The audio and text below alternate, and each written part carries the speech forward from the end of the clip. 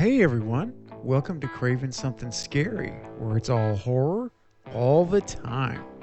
Now in this video, I'm going to share my thoughts on what role we may see Stu Macher play in Scream 7.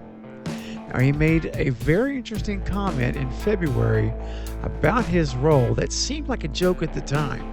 However, upon closer investigation, there are some dots that can be connected, which indicate he may not have been joking at all. It's time to get into it right now. Let's go! It's David Arquette, Dewey from the Scream movies, as you know.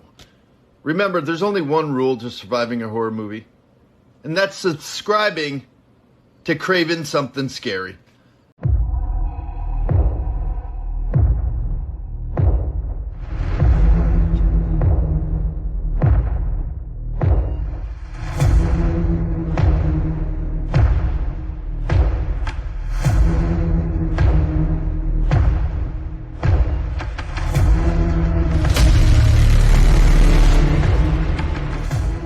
So at the MegaCon convention in Orlando last month, Matthew Lillard could finally announce he's returning to Scream 7.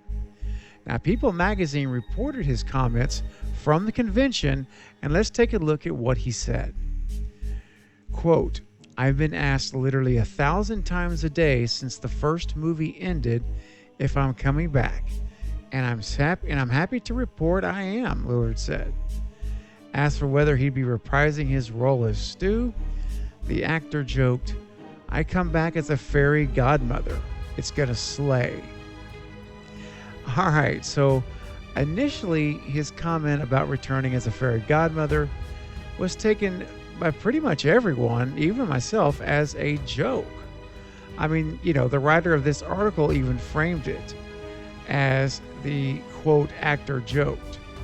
So that seemed like a pretty logical response at the time.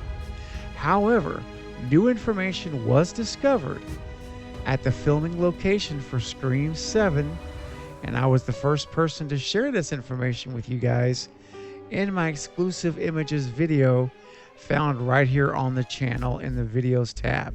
Be sure to check it out if you have not seen it.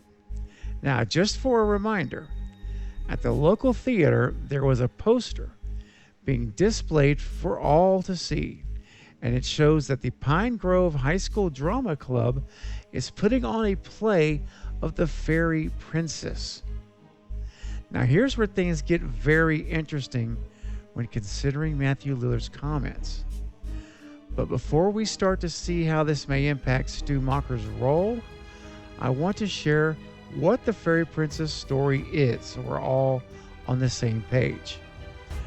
So the Fairy Princess story, it typically revolves around a princess being abducted by an evil wizard and is ultimately saved or finds happiness through the help of a brave magician.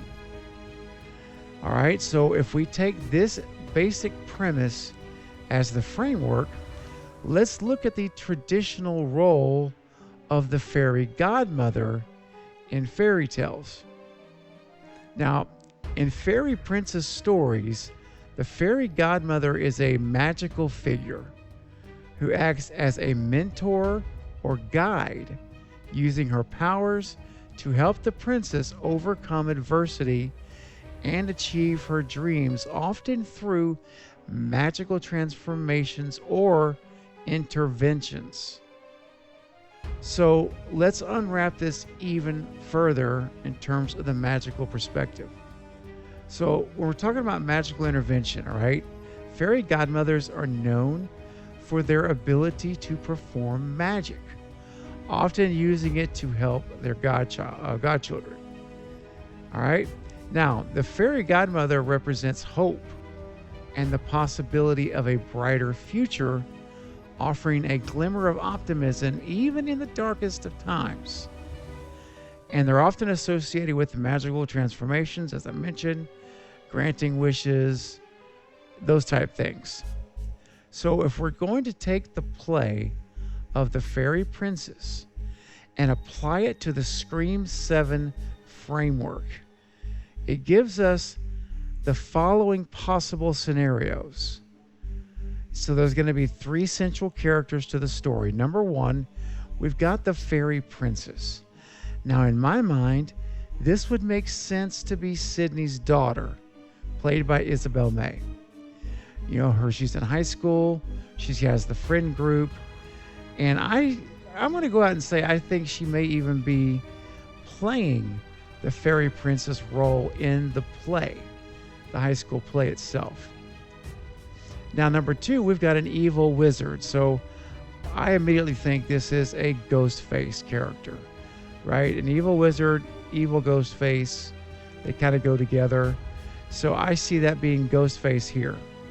And then number 3, there's a brave magician, which I have to say is interchangeable with the fairy godmother, because remember, I just mentioned the fairy godmother traditionally has magical powers, like a magician.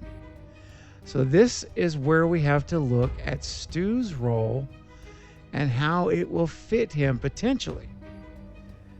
So again, applying this to Scream 7, I'm going to assume Sydney's daughter is the fairy princess. Following the story, she would get abducted at some point in the movie. I think if it happens, it would be likely to start or kick off the 3rd act of the film, which will bring Sydney and all of the remaining survivors in the film to a climatic finish. That's where we're going to get to all the big finale reveals. So what about Stu, though, and the fairy godmother? Now, when I think about that and all that we've discussed here and shared, I really think of 2 theories. And the first theory is that if Stu is brought back as a living character in Scream 7, which I hope they do, this suggests that his character will actually have a redemption arc, and he could actually intervene in the final act to save Sydney's daughter. He comes into this, burst onto the scene, he takes out Ghostface himself and saves Sydney's daughter. Now, I know that there are many of you watching this who are big fans of a redemption arc for Stu. I've had many discussions with a lot of people who really like this idea. We've talked about it. And I also know there's a lot of people who do not like the idea of Stu having a redemption arc. Now, for me, it does intrigue me to a degree. If it's written really well, it may work. And I know Matthew Lillard could certainly pull it off. However, for me, I'm still on the side of wanting to see Stu return as the brilliantly insane mastermind behind the Ghostface attacks in Scream 7. Which takes me back to this first theory. Here, I'm going to throw a monkey at it. What if it does appear that Stu has a redemption arc, and he actually does intervene in the 3rd act and saves Sydney's daughter, only to find out later at the very end that he was responsible for the ghost faces, that he was basically killing out the ghost faces before they could reveal he's not a good guy. Now that I would be a fan of. I love that idea. More so than just being a good guy now, a redemption arc. But there's one more theory I think is possible, which is this.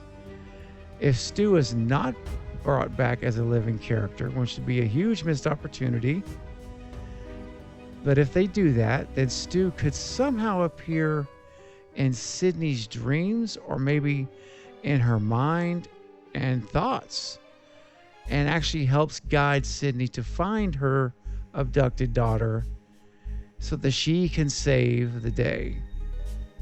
So it would be almost like how Sam could see Billy. I mean, now this is the least desirable scenario for me. I wanted to mention it, but it's my least desirable because it's just too close to what we saw in Scream 5 and 6 with Sam, again, hallucinating and seeing Billy in different places. So I prefer personally that this is not the way it would go. But I much prefer the first theory and the possible twist that if he does come back as a parent with a redemption arc, he actually twists at the end to find out that was fake. That's what I would love to see happen. But one thing appears to be certain. If Matthew Lillard was slipping us a clue by saying he's a fairy godmother, it does seem almost without question one of those scenarios will unfold.